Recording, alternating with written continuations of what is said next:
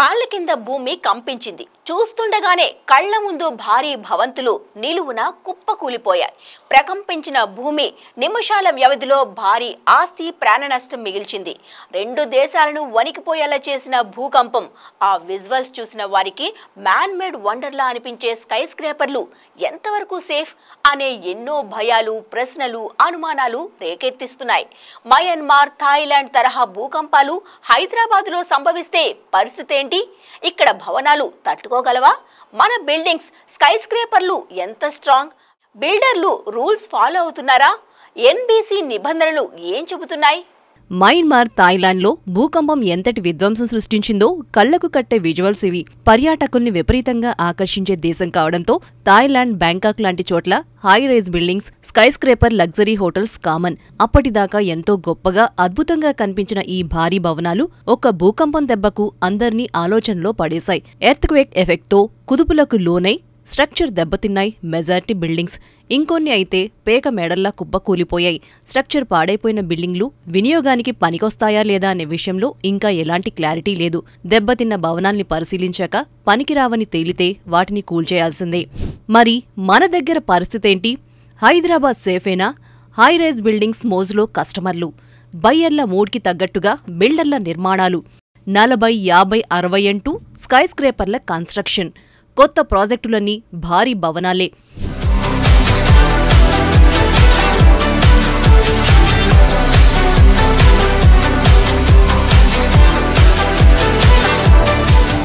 హైదరాబాద్లో ఇప్పుడు ఎటు చూసినా హైరైజ్ బిల్డింగ్సే. స్కై స్క్రేపర్స్ నిర్మాణంలో దేశంలోనే 2వ స్థానంలో ఉన్నాం. డెవలప్మెంట్ యాంగిల్లో ఇవన్నీ చెప్పుకోవడానికి బానే ఉన్నా భూకంపం లాంటి ప్రకృతి విపత్తులు సంభవిస్తే పరిస్థితి ఏంటనేది ఇప్పుడు సమాధానం దొరకాల్సిన ప్రశ్న. మరి హైదరాబాద్లో ఉన్న భవనాలు ప్రకంపనల దాటిని తట్టుకోగలవా అంటే ఇక్కడి నిర్మాణాలకు డోకా లేదంటున్నారు నిపుణులు. నగరంలోని అధిక శాతం ప్రాజెక్టులని ప్రమాదాలని తట్టుకునేలా నిర్మిస్తున్నామని, స్ట్రక్చరల్ కోర్స్ డిజైన్స్ ను సిటీ ఎర్త్క్వేక్ ప్రొఫైల్ను అనుసరించి కఠినంగా పాటించారని, అందువల్ల నగరంలో భవనాలు భద్రంగా ఉన్నాయంటున్నారు. అలాగే పెద్ద డెవలపర్లు, బిల్డర్లు భూ ప్రకంపన జోన్కు అవసరమైన ప్రమాణాలకు మించి సేఫ్టీ స్టాండర్డ్స్ ను పాటిస్తూ కన్స్ట్రక్షన్ చేస్తున్నారని, మున్సిపల్ అథారిటీస్ ఈ మోడల్స్ ను ఖచ్చితంగా పరిశీలించి నిబంధనలకు అనుగుణంగా ఉన్నాయా లేదా కఠినంగా తనిఖీలు నిర్వహిస్తున్నాయని చెబుతున్నాయి ప్రభుత్వ వర్గాలు. సాధారణంగా బహుళ అంతస్తుల భవనాల్ని భూకంపాలు తట్టుకునే విధంగా నిర్మిస్తారు. ప్రకంపనల దాటికి భూమి షేకైనా కదలకుండా స్ట్రక్చర్ ఉండేలా జాగ్రత్త పడతారు బిల్డర్లు. అయితే అది 1 పాయింట్ వరకే. రిక్టర్ స్కేలుపై 7, 8 పాయింట్లు దాటి తీవ్రస్థాయిలో భారీ భూకంపాలు వస్తే మాత్రం ఎలాంటి స్ట్రక్చర్ అయినా నిలబడటం మాత్రం కష్టమే అంటున్నారు ఎక్స్పర్ట్స్.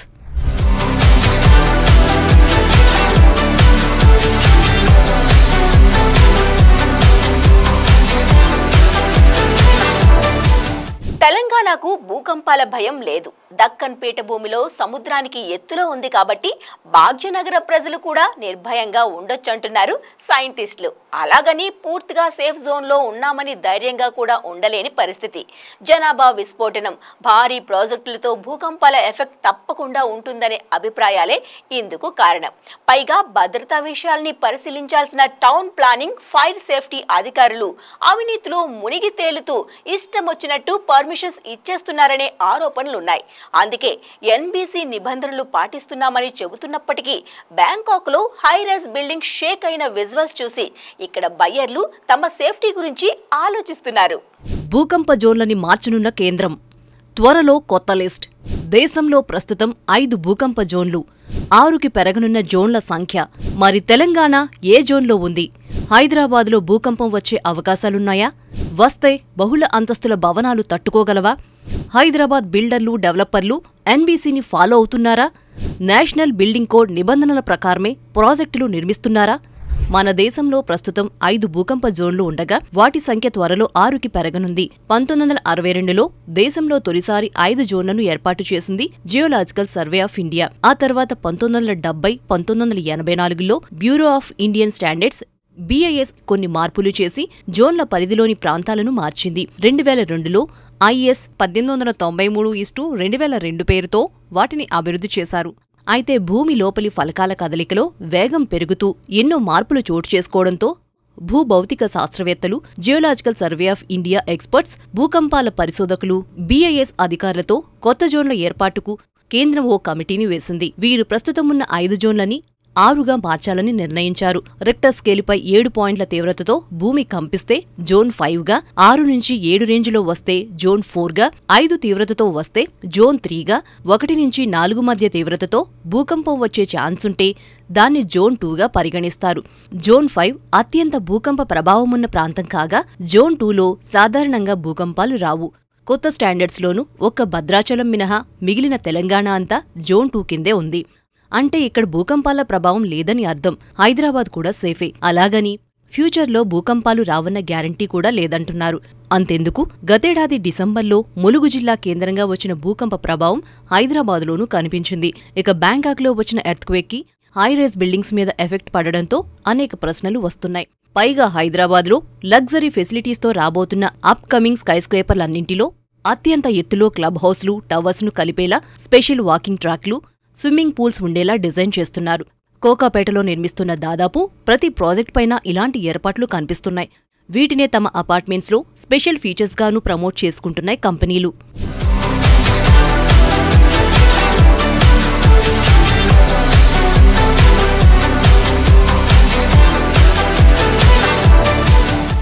హైదరాబాద్లో హైరైజ్ బిల్డింగ్స్ డిజైన్లపై బయ్యర్లలో కొత్తగా భయాలు ఏర్పడడానికి ప్రభుత్వ విభాగాలు, అధికారుల తీరు కూడా ఓ కారణం. జీహెచ్ఎంసీ, హెచ్ఎండీఏలోని అనేక విభాగాల్లో అధికారులు అవినీతి, లంచాలకి మరిగి ఇష్టమొచ్చినట్లు పర్మిషన్లు ఇచ్చేస్తున్నారు. టౌన్ ప్లానింగ్, ఫైర్ సేఫ్టీ అధికారులైతే బిల్డింగ్స్లో భద్రతా ప్రమాణాలు ఎలా ఉన్నాయి, ప్లానింగ్ ప్రకారమే భవనాలను నిర్మిస్తున్నారా, నిబంధనలు అతిక్రమిస్తున్నారా లాంటివి నామమాత్రంగా కూడా తనిఖీ చేయకుండా గాలికి వదిలేస్తున్నారు. కమిషన్లు, వాటాలు ఇస్తే చాలు డెవలపర్లకు అనుకూలంగా విచ్చలవిడిగా అనుమతులిచ్చేస్తున్నారు. రీసెంట్గా నగరంలో కొన్ని ప్రాంతాల్లో నిర్మాణంలో ఉన్న భవనాలు కూలిపోవడం, కుంగిపోవడం, ఒరిగిపోవడం లాంటి సంఘటనలు అధికారుల అవినీతికి అద్దం పట్టేవే. కాబట్టి హైరైజ్ అపార్ట్మెంట్స్లో ఫ్లాట్స్, ఇళ్లను కొనుగోలు చేసే ముందు 1కి 2 సార్లు తనిఖీ చేసుకోవడం మంచిదంటూ బయ్యర్లకు సూచిస్తున్నారు.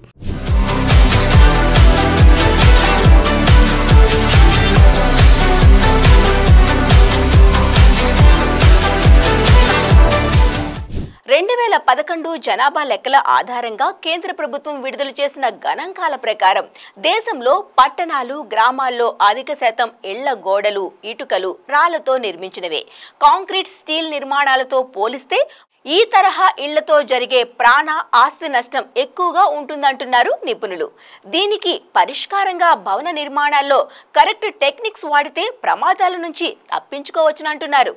భాగ్యనగరం జోన్ 2లో ఉన్నప్పటికీ హైదరాబాద్ చుట్టుపక్కల పెద్ద ఎత్తున హైరైజ్ బిల్డింగ్స్ నిర్మాణం జరుగుతోంది. కాబట్టి ఈ ఆకాశ హర్మ్యాలను జోన్ 3 ప్రాంతాలకు నిర్దేశించిన ప్రమాణాల ప్రకారం నిర్మించడం మంచిదంటున్నారు ఎక్స్పర్ట్స్. అలాగే ఇళ్ల నిర్మాణాలకు సంబంధించి bureau of Indian standards BIS నిర్దిష్ట విధివిధానాలు జారీ చేసింది. IS 1893 కోడ్ ప్రకారమే ఇళ్ల నిర్మాణాలు చేయాలని సూచించింది BIS. దీని ప్రకారం భవన నిర్మాణ మెటీరియల్, స్ట్రక్చర్ వంటి విషయాల్లో ప్రత్యేక నిబంధనలు రూపొందించింది. ఈ కోడ్ను ఉపయోగించి నాణ్యతా ప్రమాణాలు పాటించే భవనాలకు భూకంపాలు వచ్చినా దెబ్బతినడం, కూలిపోయే అవకాశాలు చాలా తక్కువగా ఉంటాయి. భవన పునాదిలో వేసే పిల్లర్ల ఎత్తు మిగిలిన భవనంలోనూ అదే ఎత్తులో ఉండాలి. బేస్మెంట్ ఎత్తుకు తగ్గట్టు మిగిలిన అంతస్తుల ఎత్తుండాలి. భవనాల ఆకృతి ఒకే వరుస క్రమంలో సాగాలి. అంటే అడుగు భాగంలో చిన్నగా ఉండటం, పైకి వెళ్లే కొద్దీ పెద్దగా మారటం, పై భాగంలో చిన్నగా ఉండి అడుగు భాగంలో పునాదులు వెడల్పుగా ఉండడం లాంటి పొరపాట్లు జరగకుండా చూసుకోవాలి. భవనాల పిల్లర్లు పునాది నుంచి పై అంతస్తు వరకు ఉండాలి. మధ్యలో వంపు రాకూడదు. ఇప్పటికే నిర్మించిన భవనాలకు రెట్రోఫిట్టింగ్ సాయంతో స్ట్రక్చర్లో స్వల్ప మార్పులు చేసి భూకంపాలు తట్టుకునేలా చేయొచ్చు. దీనికి సంబంధించి IIIT ప్రత్యేక టెక్నాలజీని సైతం డెవలప్ చేసింది. అయితే ఇలా 3 అంతస్తుల వరకు మాత్రమే చేసే అవకాశముంది.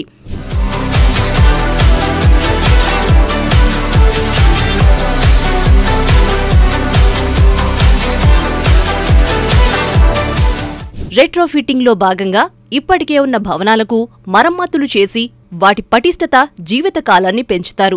ఈ విధానంలో భవనం లేదా ఇంటి గోడలకు, పైభాగంలోని గోడలకు లోపల, బయట, చుట్టూ సిమెంట్ తొలగిస్తారు. సిమెంట్ స్థానంలో మెష్ను అమర్చి మళ్లీ ప్లాస్టరింగ్ చేస్తారు. తలుపులు, కిటికీలకు కూడా ఇదే విధానం అనుసరిస్తారు.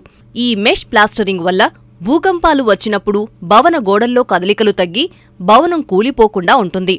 ఇళ్లకు రెట్రోఫిట్టింగ్ చేయాలంటే నిర్మాణ వ్యయంలో 30% వెచ్చిస్తే సరిపోతుంది.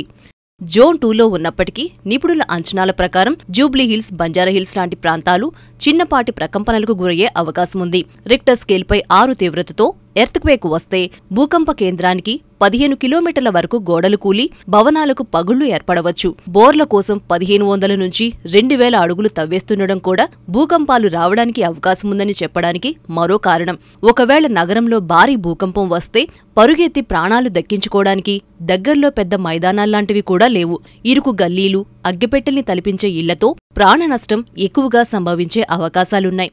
భవన నిర్మాణాల్లో ఖచ్చితంగా సేఫ్టీ మెథడ్స్ పాటించాలని, జోన్ 3 ప్రమాణాలతో ఇళ్లు కట్టుకోవాలని సూచిస్తున్నారు.